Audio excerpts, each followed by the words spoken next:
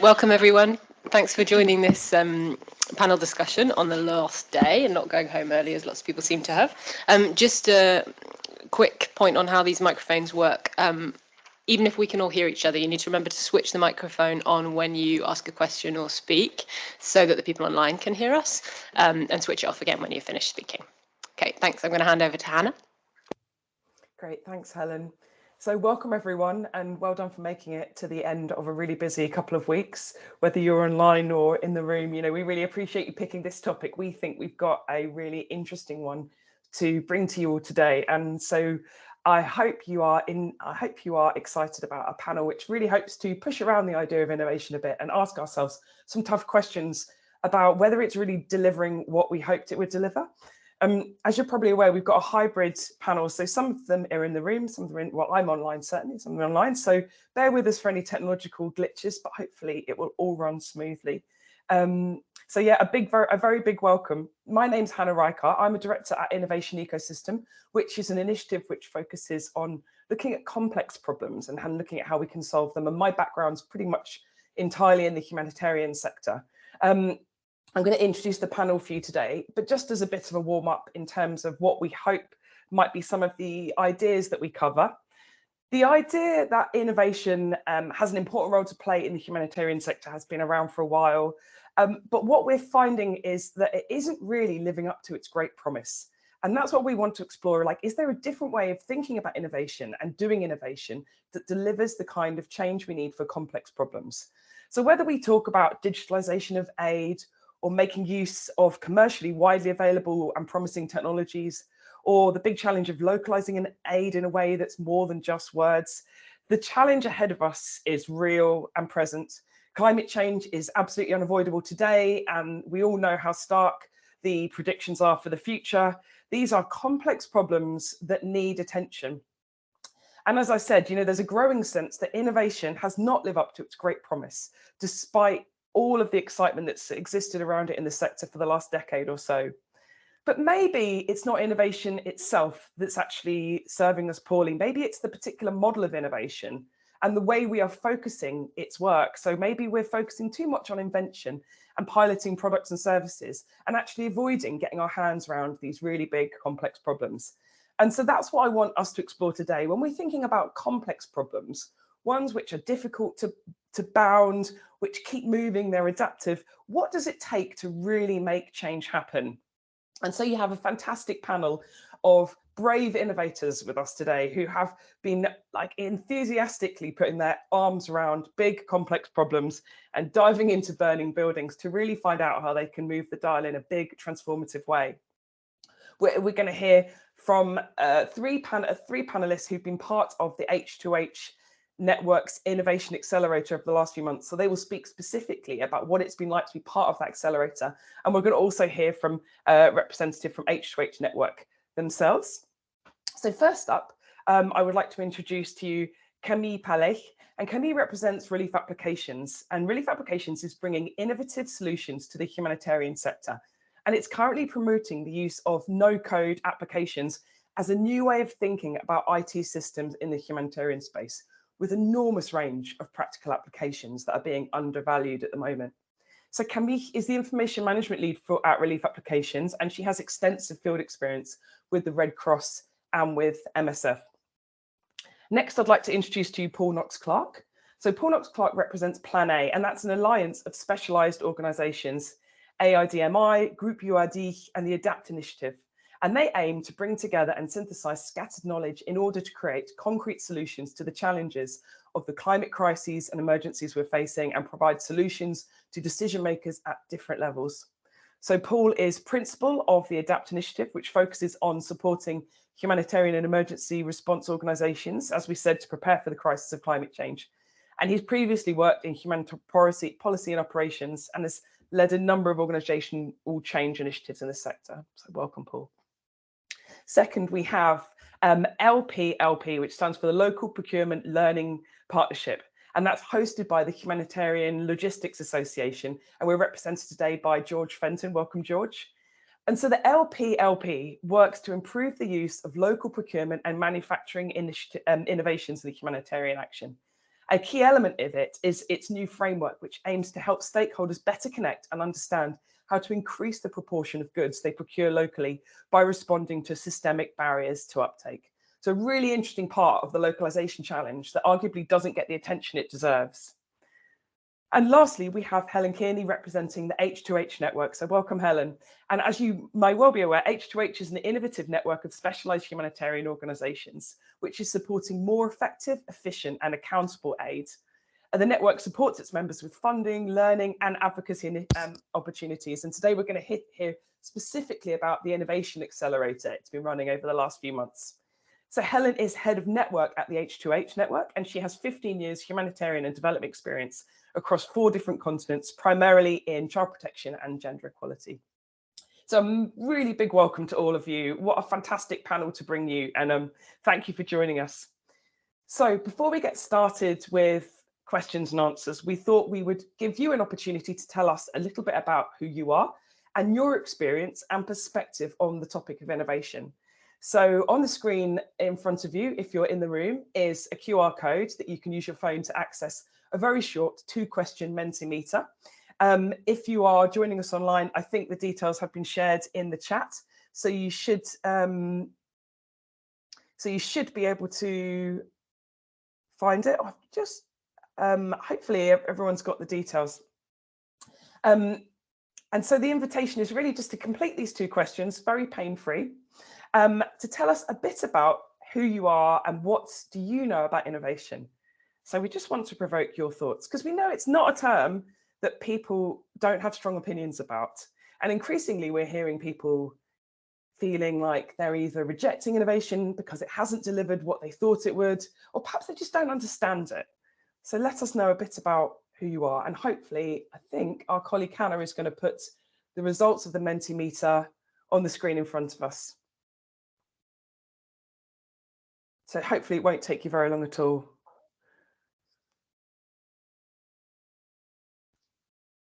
So I can see that Hannah's just doing her technological wizardry in the background.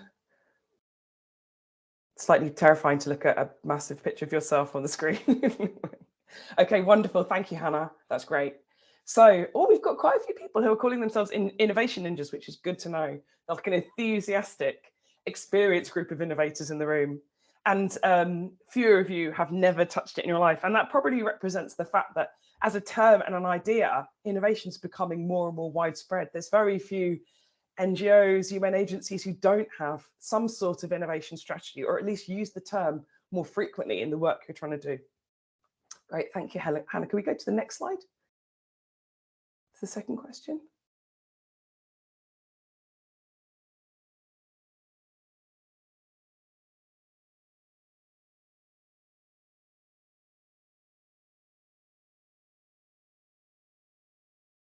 You able to go to the second question, Hannah?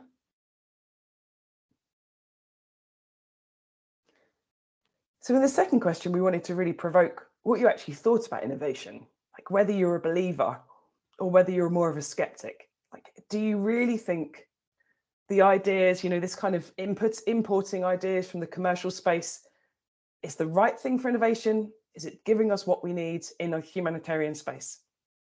So we're looking at the results here from the second question. What's your attitude to innovation? So, quite an interesting split. So some of you love innovation. Novelty is key. Only the bleeding edge survives. I love that. And some of you are a bit more moderate. You think, yeah, it can be useful, but have we really seen it live up to its promise? Is it really changing the world?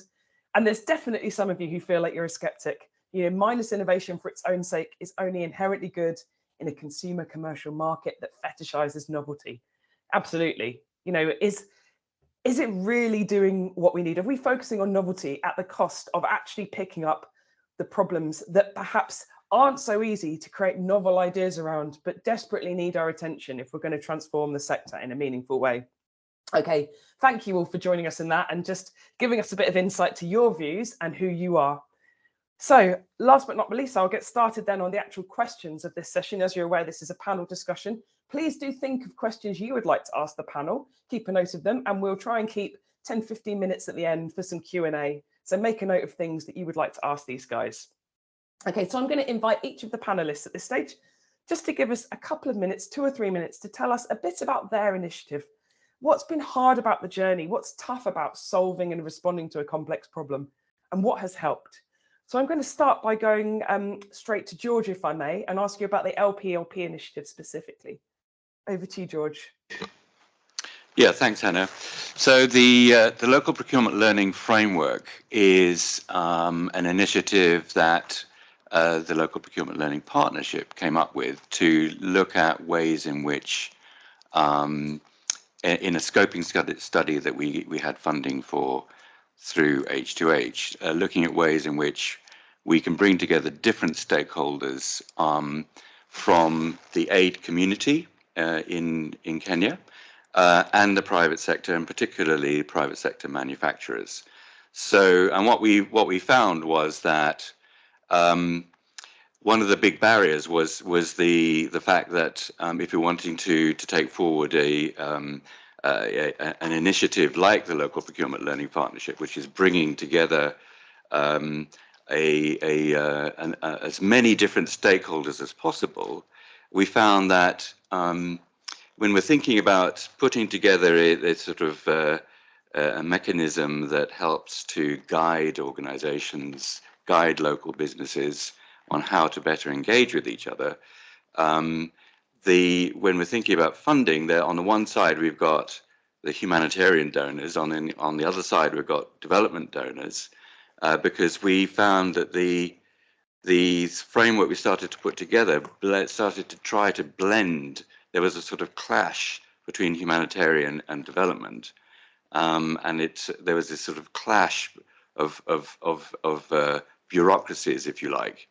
And so we're at the point now where we found that when we're trying to innovate, it's more around process innovation that's necessary. And maybe if I can bring in my colleague Andrew Lamb, who spoke yesterday, he's been sort of helping to think through you could say I represent the humanitarian side of the framework. Andrew represents more of the sort of development side of the framework. And what were your sort of perspectives on the scoping study that we did in Kenya? The hardest part of the process was essentially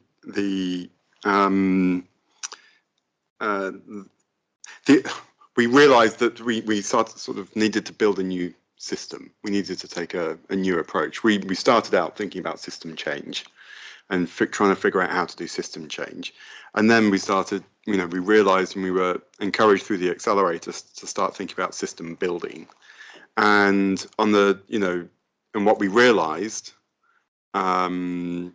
is that essentially what local procurement and what the framework is looking at is both the humanitarian sector and the development sector, the aid sector. The nexus runs right through the middle of the framework, and that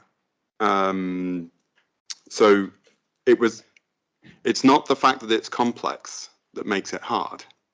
It's the fact that we have linear systems of accountability and procedures and so on that then means it's hard to embrace that complexity and to look at a whole system, different actors across the procurement system working together. And I think what really has helped is that we approached this as a bit of an experiment in Kenya. We approached this as we have a project with deliverables that we have to appease H2H and its donor with, but this is an exploration of what was possible. And because of that, we were able, and because of the networks that George and Tikwe, our colleague in Kenya, who did much of the research, because of the networks they had across the system, we were able to convene and embrace some of that complexity, which quite frankly was unusual, because normally we're being told to simplify a project and what's the simplest thing you can do, what's the first, what's the little thing you can do to make the biggest difference. We're normally being told to sort of not embrace the enormity of it all, but to really sort of focus on what's the one thing you can do. And that was a real I think, yeah, and I would add that the innovation accelerator and the approach to the project that we were able to create, although it was a short period of time, and the scoping study only lasted a few months. What was most valuable was having Hannah and her colleague Dan McClure to act as mentors to help us think about this complexity, because as Andrew says, we found with dealing with multiple stakeholders, conversations become quite complex.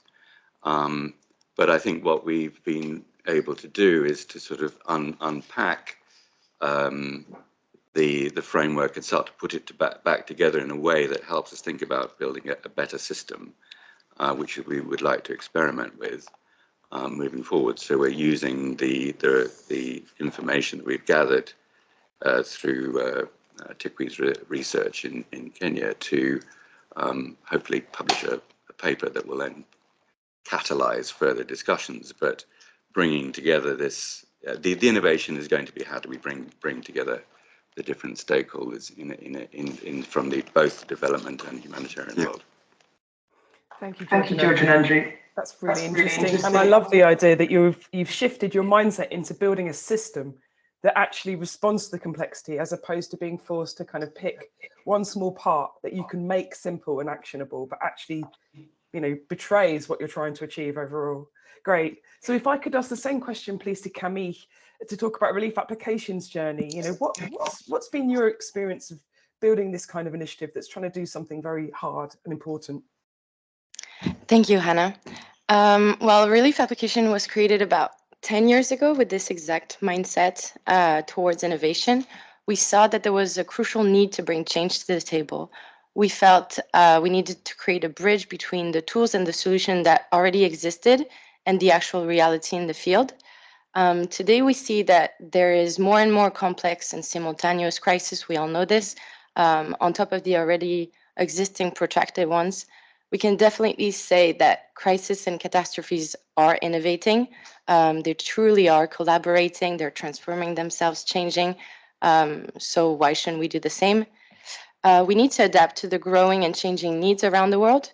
And our main struggle is the fact that people and organizations are used to certain practices. And for some, they've been using for years the same tools, the same mindsets, and behaving the same way. And we believe that cultural change is actually the hardest thing. The path to innovation, not so much, nor is it really new. What's hard is changing the mindsets and the behaviors of our daily work. And the approach is not to improve or change a tool, but to actually change an idea and our behaviors.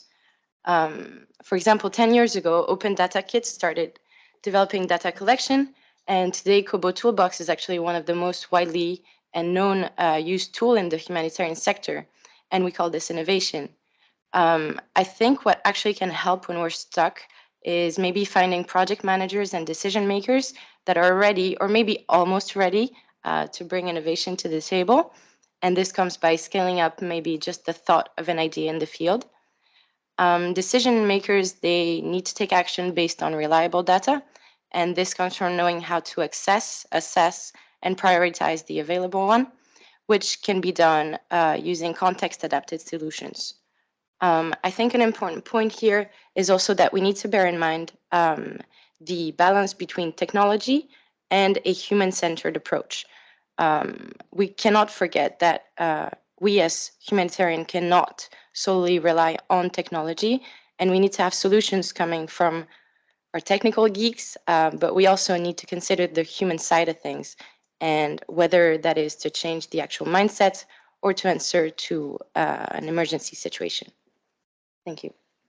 Thanks, Camille. I love that you're talking about, reminding us that it's about humans at the end of the day, whether we're the innovators or part of the problem space. You know, we are all humans with all those things that trap us into certain ways of behaving and thinking. And actually, we have to attend to that if we're going to change practice or change the way that we solve a particular problem.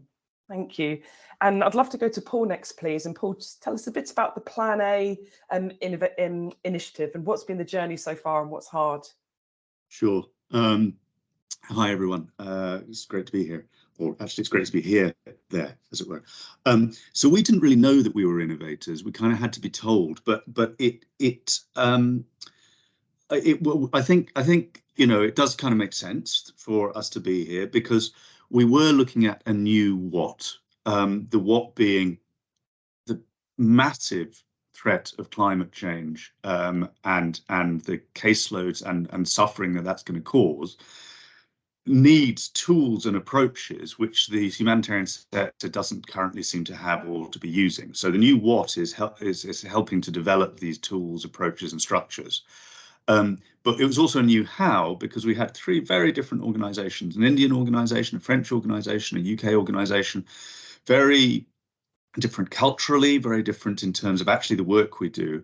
But we realized that we could massively speed up the creation of the what and getting it to people who needed it if we brought ourselves together in more than a partnership, but in a really sort of intense way of working together whilst remaining as separate organizations. So it was innovation or new, at least, on both of those things. There were challenges, there are challenges around that, internal challenges around three different cultures trying to work together, make decisions. Challenges, of course, about power, how decisions get made, and how we work those things.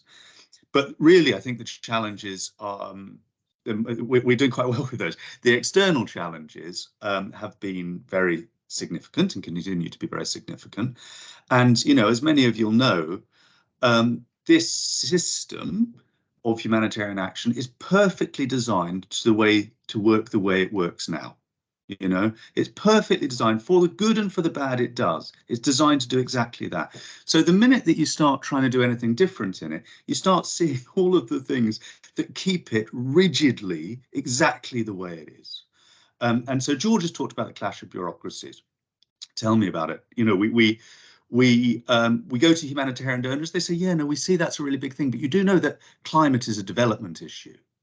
Yeah. So the silos. Yeah. We go to humanitarian donors and they say, well, we can't really, 100,000, we can't do that. We're in the 10 million business. For our job, to do our job well and effectively, we do not need millions of dollars. Yeah. We're research and development. So what we need is mechanisms that we can make massive leverage, massive steps forward with fairly small amounts of money, but the system's not there to do it. We see competition, things that are evidently true that people do not want us to say because it doesn't fit with their organizational requirements. It doesn't make them, work in the market, the donor market, and a massive gap between the policy world and the practice world, which means that we can get away at HMPW with basically saying whatever we like. It doesn't have to be grounded in the reality of what people actually have to get done in humanitarian operations. And so change can be avoided just by talking about it without actually having to engage it in the ground. So these are the kinds of things that we've seen. Very briefly, I think we're not over that yet. It's like a game of snakes and ladders with lots and lots of snakes and not many ladders. But what we I think has really helped us so far has been, firstly, we really believe in what we're doing. And we've actually gone back to the place where much humanitarian action started, which is that we do it without being paid for it. It's voluntarism. It's the way that many of the organizations were founded. We'd be doing this anyway, whether we get grants or not. And I think that voluntary piece, which is shared by many, many organizations in H2H and their origin stories, is really important. So belief. Trust, we really trust each other. We've worked together for a long time now, these different organizations. We know each other's kind of weirdnesses, and we know that we're all pointing in the same direction. And then finally, something that's been really helpful has been this process, the H2H process, because we've got much, much too close to it. And having Dan and Hannah and also the other groups tell us to take a step back, saying how they see what we're doing, has been absolutely golden. So thank you, H2H, for that. Over. Thanks, Paul. And I really witness, as being someone who's been part of your journey, the importance of you all as individuals who've had to be really strong, brave leaders to pick up these complex problems that are often orphans in the sector and no one really wants to deal with, and they get kicked around and buried under the carpet because they're too uncomfortable to look at. So a lot about your journey is about you as individuals and the work that you have to go on to do this, which I think is often underspoken about in innovation in general. So thank you for bringing that up, Paul, and some other really great ideas. Helen, over to you. I'd love to hear a bit about the H2H perspective, because you are, as an entity, not only hosting this accelerator, but also doing this work yourself. So yeah, some thoughts from you would be great. Thank you. Thanks, Hannah. Yeah, so the H2H network is quite a new initiative and really got going around 2016. And this idea that a network of diverse specialist agencies with niche technical skills might have a particular role to play in a new way of doing humanitarian action found fertile ground in discussions around the World Humanitarian Summit, when lots of people were on the lookout for new ways of doing things. So that's around 2016. And then in those first 3 years, members who came together in quite an organic way because they recognized they were working in a similar way, bringing services into the system or supporting the system to work more effectively, either with technical services or by connecting local, national level operations to a more global level of analysis. Realized they were working quite a different way from the classic humanitarian modus operandi of the big INGOs, UN agencies, Red Cross, Red Crescent movement. They came together because they realized they were facing similar challenges. It's a different kind of network than from many other professional bodies or networks. So because our members are working on different things in different corners of the humanitarian system. So it's not like a group of mapping specialists or a professional body of translation services. Our members' activities span many different areas of work, from data and IM, from communications, community engagement, sector professionalization and standard setting, logistics and program support. But what they have in common is this way of working. So it's really the how they work that brings them together rather than the what they do. Yeah, and sometimes members are simply supporting the existing system to work better. And that's, bringing in high quality technical expertise and new technologies to get what's working to do its job better. And then other times in a more challenging role. So bringing kind of outside of and yet in support of the system, coming together in groups, for example, to deliver high quality assessments with data coming from multiple sources. And it makes sense to pull that kind of service out of the silos inherent in the system, instead of the big agencies doing their own assessments and keeping that in-house, to have multiple agencies collaborating on that, bringing new data in so you can get the best, it's never going to be perfect, but the best possible picture of humanitarian needs in a given crisis, so that resource allocation and planning decisions can be based on that. Yeah, and then these members came together because they realized they're facing very similar challenges around accessing funding, and we have the H2H fund, but also around communicating the value of what they do, measuring impact, building those relationships with the operational agencies who use their services. Yeah, and that's really why the network came about. In terms of challenges, there are many, and I think I only have a minute, so I'll just pick out one that that took us a good, a lot of to and fro to work through, and we're still working through it. But it was that challenge around developing a value proposition for our many stakeholders, because we do have many stakeholders, and we're aiming as a network to create and deliver value for many people in one go. And quite naively, in retrospect, in sort of the early phase, we were trying to create one value proposition that worked for everyone. And it just looked horrible, and we came up with these it was before we had any serious graphic design skills in the team as well, but we'd have PowerPoints with loads of boxes and loads of arrows shooting off in all different directions about all the different things the H2H network could do for all the different stakeholders facing all the different problems. I think what's really helped us is to say the network are diverse, the stakeholders engaging with the network are diverse, and what we do doesn't necessarily have to be a neat graphic that we can then ram in a log frame, and a different approach to measurement and impact. Thanks, Hannah. Thanks, Helen. I really love that. I recognise that all of you are a different kind of species, if you like, in the sector. And the H2H is a sort of happy home for these different entities that actually have a completely different genome than other parts of the sector. And a lot of the journey is understanding that, and the challenge is how you behave as a different kind of species in a world which has a different mindset, perhaps, different systems and control and bureaucracies that are pretty stifling at times for the work you're trying to do. And so a lot of your journey is around how to be an oddball in a system that wants you to conform to a very different type of beast. That's just a thought that just came to me as you were saying that and speaking to what Paul's point about the bureaucracy and the limits of that. Okay, thank you all. That was really interesting to hear a bit more about your journeys. I'm going to go now to George and Andrew if you want to jump in too. And I think I'm going to bring your two questions that we had for you together as one. And just to really hear a bit more about your reflections around this kind of innovation and what that journey has looked like for you. Because mostly when we think about innovation in the humanitarian sector, we're thinking about developing new products or services, and we use toolkits that require us to pilot something specific, test it endlessly, iterate it to then get it to be perfect and good enough to then scale. And that's the sort of pathway we all sort of subscribe to, almost as an ideology. But what you guys are doing doesn't fit that at all. So what's your experience of that? Like, how do we basically do what you're doing more and better? I'd love to just hear your thoughts. Yeah, thanks, Hannah. I think we touched on it earlier in saying that the innovation to us is an opportunity to look at what a better system could look like. So I think that the pathway that we will follow is one where we start to create an experiment with in a specific context. In this case, we're talking about East Africa, Kenya. We're also looking at perhaps doing something in Asia Pacific, but it's really around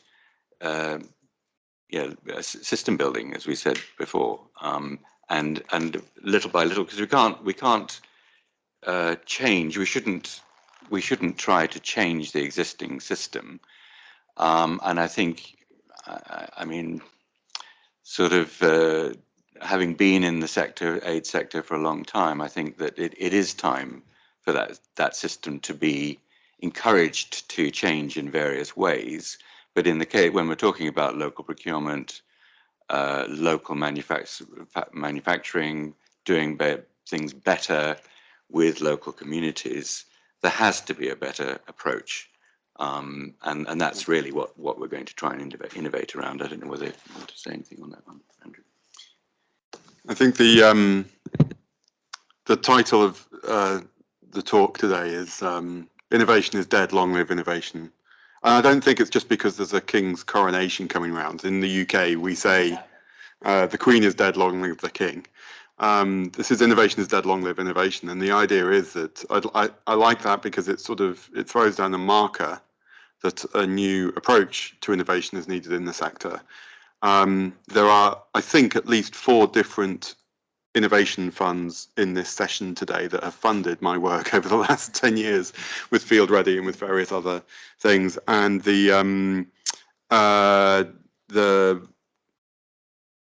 everyone involved in humanitarian innovation is now worried about how do you get an innovation to go to scale? How does it get adopted? And a lot of it is about, from my perspective, about the procurement system. The marker that's been put down in this title, in this session, is the idea that we are moving to a new kind of innovation where we're not just funding products, or if you're lucky, you're not just funding processes, but you're able to start funding systems. And I think the 3 participants in this accelerator are an example of that.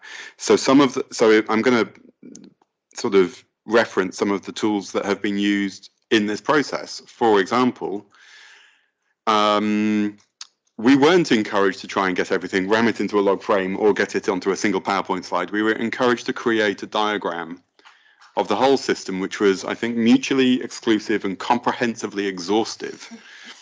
MECE diagrams, and we weren't just helped, we're just told to do that. We were helped. It's the first time in my life I've actually ever had any support or training in how to draw a diagram, like through this accelerator. So thank you for that. When George and I came for the gathering of the different in Geneva, the H2H, brought us together to present each other's work. We got the timetable through about what we're going to be doing in Geneva for 2 days. We're like, there must be an error here. Because normally what we're used to is you work, you go through various training sessions, you work, you put together a pitch deck, and then you get sort of a group discussion for 15 minutes on the pitch deck, and then you watch the next pitch. But the first thing we had to do in this accelerator, admittedly it was towards the end of the process, was we had to pitch. And then we spent half a day each just talking about our pitches. And it was brilliant just to have that time and the level of the depth we could go into. So it wasn't like the pitch was the result. Like I've been on the WFP Innovation Accelerator, as have you, I think. Yeah. And the output of the accelerator is the pitch deck, and you launch it at some big event. Actually, that was the input to what we were doing in the H2H accelerator. So that those sorts of approaches, and to have that kind of time, and then on the last sort of half a day, because there were 3 of us doing pitching, it was nice that it was a small group. We were told, well, you're in Geneva, go and meet donors. And we did. And we had, meetings with DFAT, which has then meant that we've had meetings with the Assistant Secretary here at HMPW. And now there's budget changes going through for DFAT Australia in May that might lead for our work in the South Pacific. And it's just like, otherwise we wouldn't have had time to have meetings in Geneva if it wasn't that. So there was actually tools in the process of what was used here that encouraged that embracing of complexity. So I'm bouncing some of the answer. Oh, by the way, we were also, Hannah and Dan were able to sort of reflect back to us what our own business model might be. And it wasn't that we, it was a sort of ecosystem partnership business model. And, basically they were very kind in writing down what we were saying, but we didn't know quite what we were saying. And that's now a business model that I'm going to be applying to a whole bunch of different innovations, I think.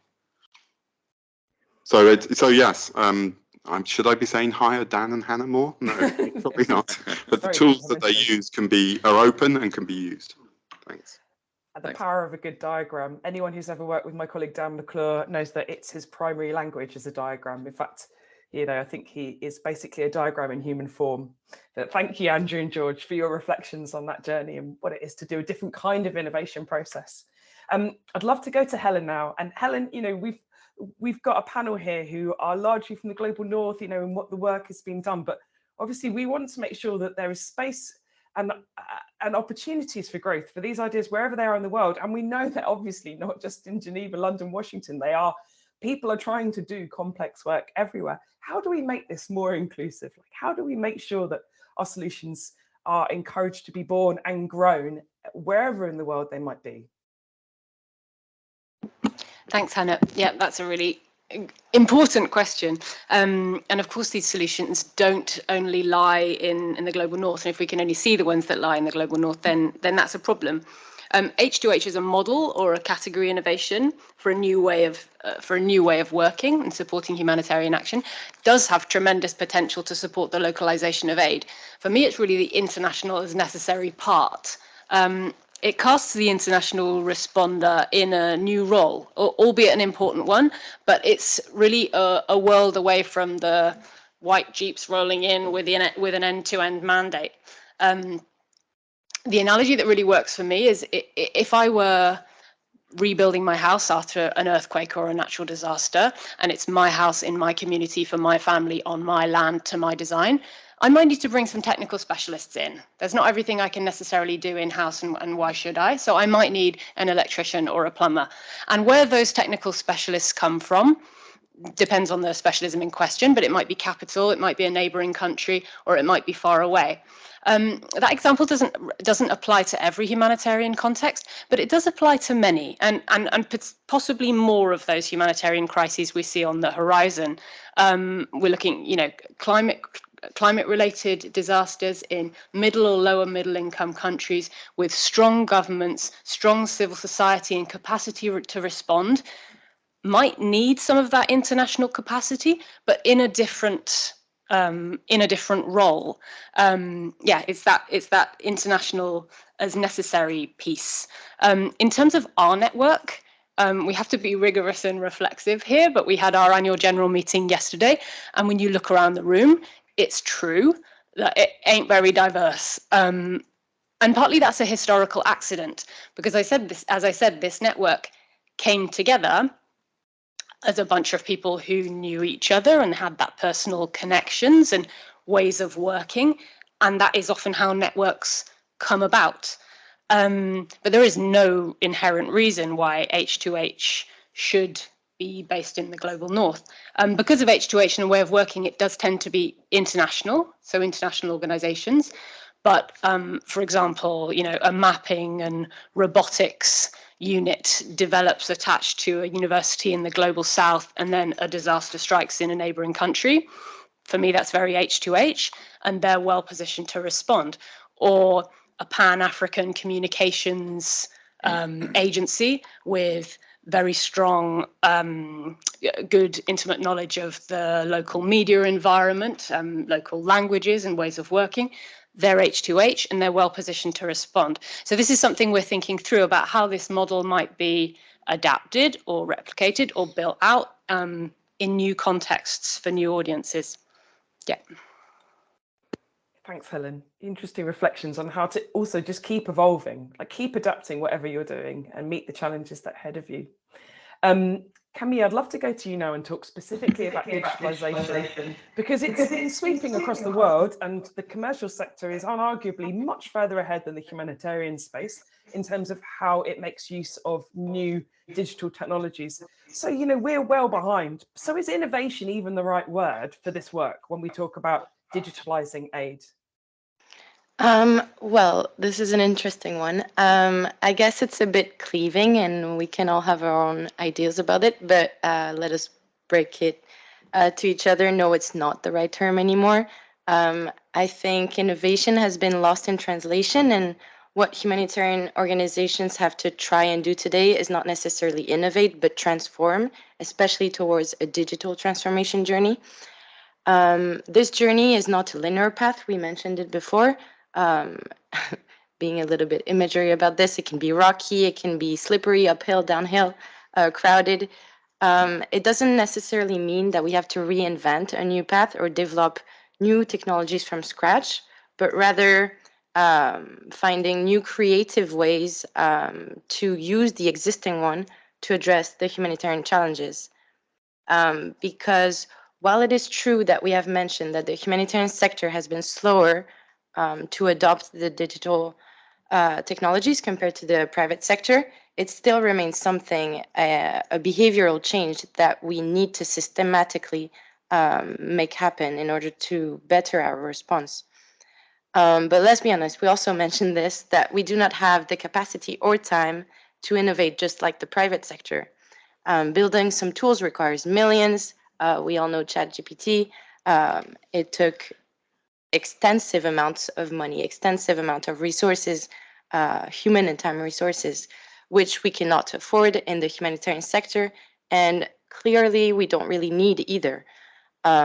With the rapid growing demand and supply for new technologies, we also have to think about the unintended the unintended effect that can happen, such as data security, data safety, and data protection that are very important. And we need to always bear in mind the non-optional principle in our field, which is the do no harm one. In many organizations and programs that are trying to innovate, we need to, before doing that, putting the right foundation and knowing why we are doing it with the right mindset and the right approach towards creating something new.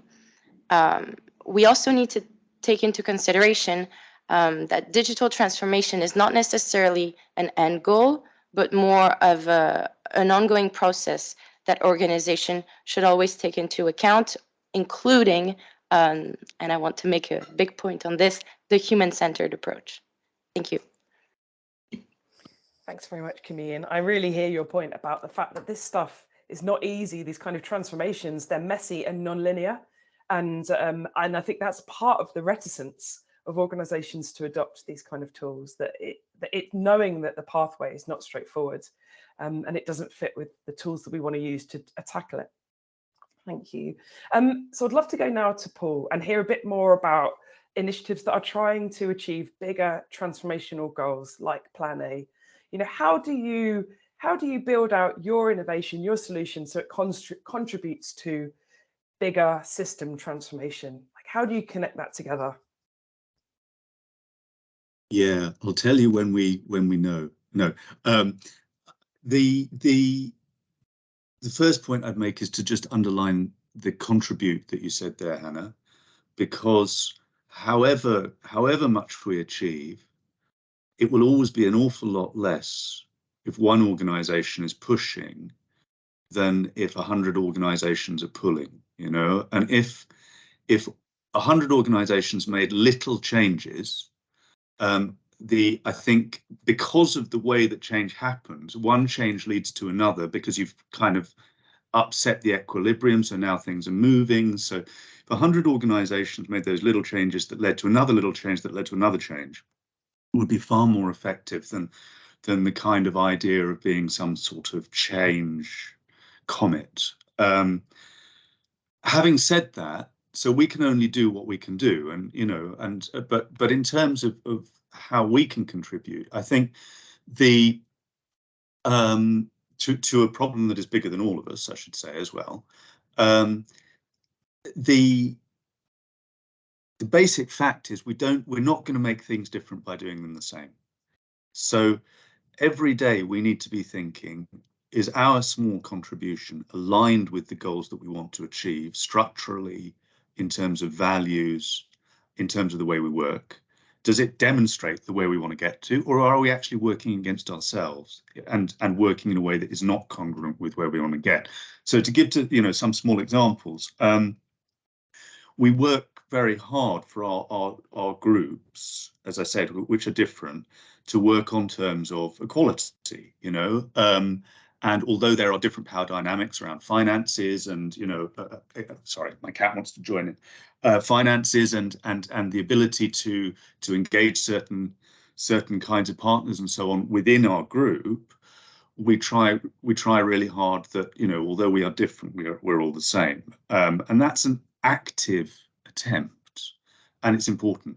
I think another thing about just sort of trying to work in a way that's congruent is I'm really disappointed with HMPW this year, you know, not with the organizers, but with the number of organizations who, knowing that you can actually massively engage a global audience who don't have to get visas, yeah, why is not everything online? Why is not everything hybrid, at least?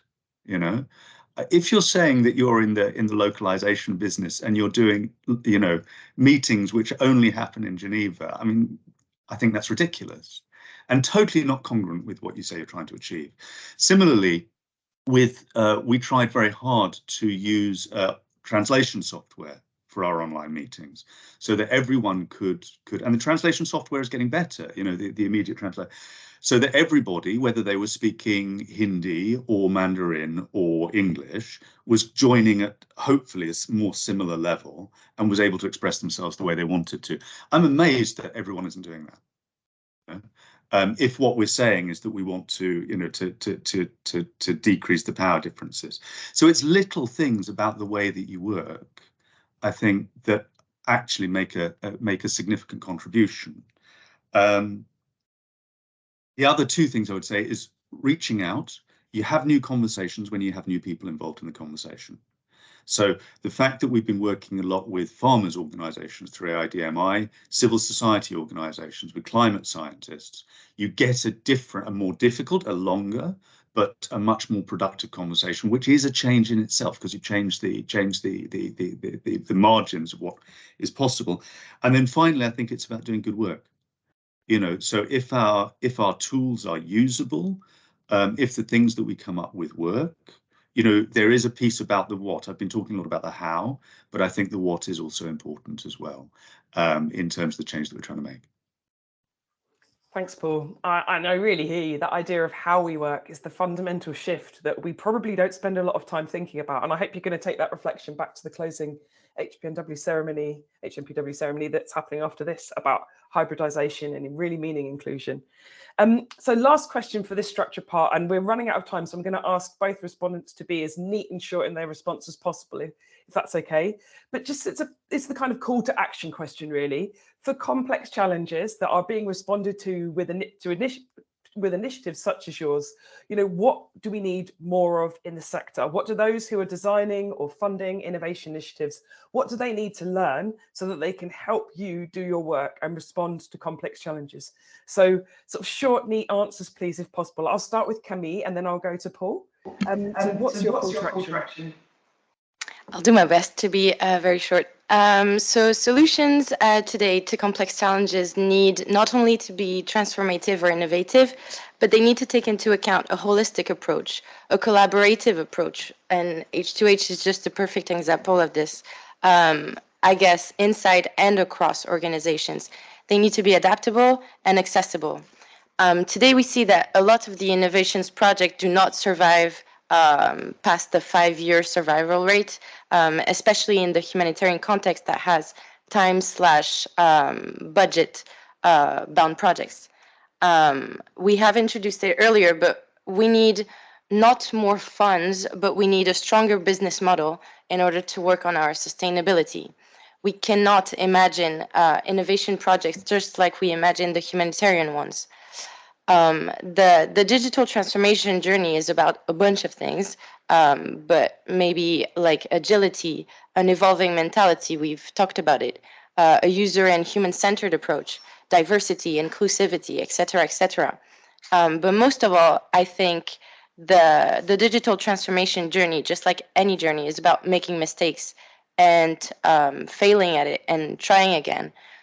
We can actually picture it with a simple image. It's about, I guess, realizing you found a rock in your shoe and that the shoe doesn't fit and you're on a hike, and you finding the perfect solution or the perfect shoe is pretty hard. And even if you do, what fit yesterday might not fit tomorrow. So you have to adapt to your surroundings as well as what you are actually trying to bring to the table. And if you're going, for example, up Mount Everest with your slippers, what's the problem there? The slippers or Mount Everest? I guess none of them, because it's actually the context that's not adapted to what you're actually doing. So we need to make mistakes, fail, and try again to eventually go on to finding our business model. We need to learn and experiment and constantly do both at the same time. There are many initiatives that exist about the digital business model in the humanitarian sector, especially for the ones that are data-driven. So to conclude this, I guess, as a call for action, I would suggest to already use what is available, to go to our researchers, our academics, also the private sector colleagues, not for new technologies and creating new technologies, but rather to finding new ways of thinking business model, specifically in the humanitarian sector. Thanks, Camille. I love that. The thought of it's about business model, not necessarily more money. It's about space and stewardship and support. Paul, over to you. So something really short and sharp to finish us up with, please. Thanks. Because I know that short, sharp isn't my thing, isn't it? 4 things. I'll do them quickly. 1, money. Small money. Small money that relates to visible outcomes, not outputs. That's one thing. Second thing from the donors, incentivizing collaborative working, which they do already, but collaboration with different kinds of organizations with whom you would not naturally work. So you incentivize that it happens. Third thing, partnerships on the ground. It's about the relationships that Helen was talking about. We have really benefited from, and I want to shout out to International Medical Corps, for example, we've benefited for some really excellent partnerships, working in some cases as consultants with organizations who want to do stuff on the ground and are prepared to try stuff out. And that's been really critical, and that's true also with the Rezo in West Africa, and with AIDMI's group working with farmers groups and women's groups, and quite a lot of these partnerships. And then finally, and I just float this, the fourth thing I think is aesthetic, and I think this is a difficult change. Andrew was saying a minute ago, and George was saying about the diagrams. I think we go with an aesthetic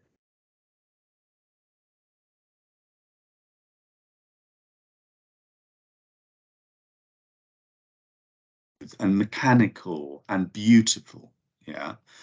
Whereas actually human processes are not made like iPhones. Human processes are not smooth, they are not mechanical, and they're not beautiful. They're messy. You make them up as you go along. And I think until the humanitarian system redefines its aesthetic of what is beautiful and good, things which don't fit easily, things which are a bit messy, will find it very hard to move forward. And yet that actually is how the organic world works, including the social world. Thanks, Paul. Yeah, the poor fit of the log frame for this kind of work is just extraordinary, isn't it? It's such a clash. So that's it for our structured part of the panel. I think we've got time probably for one question. I'm sorry we haven't left you with more time, but hopefully you've really enjoyed what has been shared. Has anyone got a question that they'd really like to ask this panel that they think is really important? Perhaps something we haven't spoken about that's related to this idea of innovation growing up? Anyone in the room got hands up? I can't see your face very well, so I'll rely upon one of my colleagues telling me.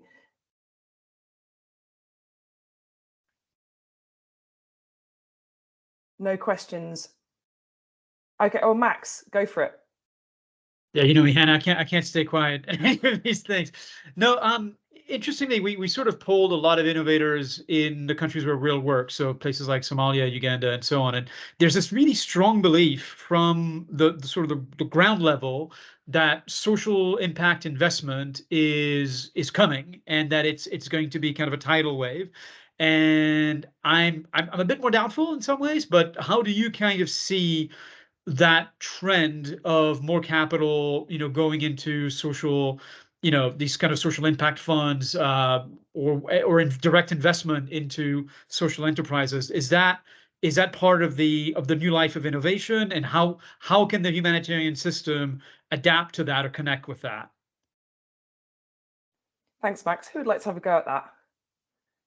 Paul, is that something you've stumbled across in some of your work in different places, different forms of funding and different kind of mechanisms for supporting social initiatives in different places? Impact funds are getting a lot of attention, and they are starting to be created purposefully in the humanitarian space and in different contexts. Is this about us as actors within a messy ecosystem noticing and connecting more with these initiatives? What's your view, Paul? Yeah, I think it is. And I'm thinking more about climate funding and the various different mechanisms that are being used for climate funding, and the degree to which humanitarians haven't necessarily engaged with those many mechanisms.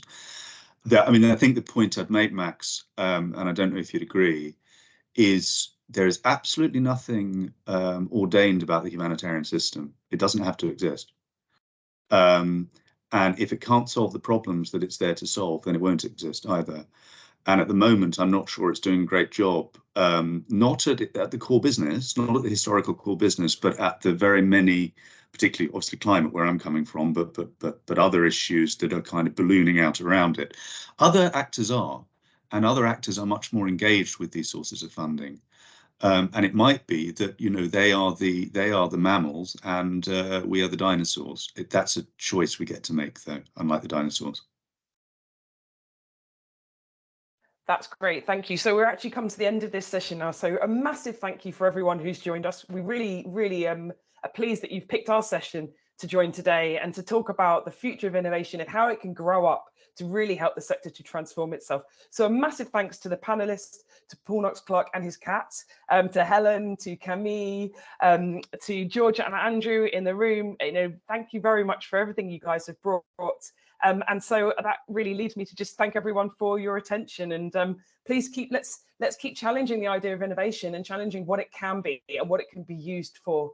So let's keep it evolving and make sure it doesn't stay stuck in one particular model. Thanks, everybody.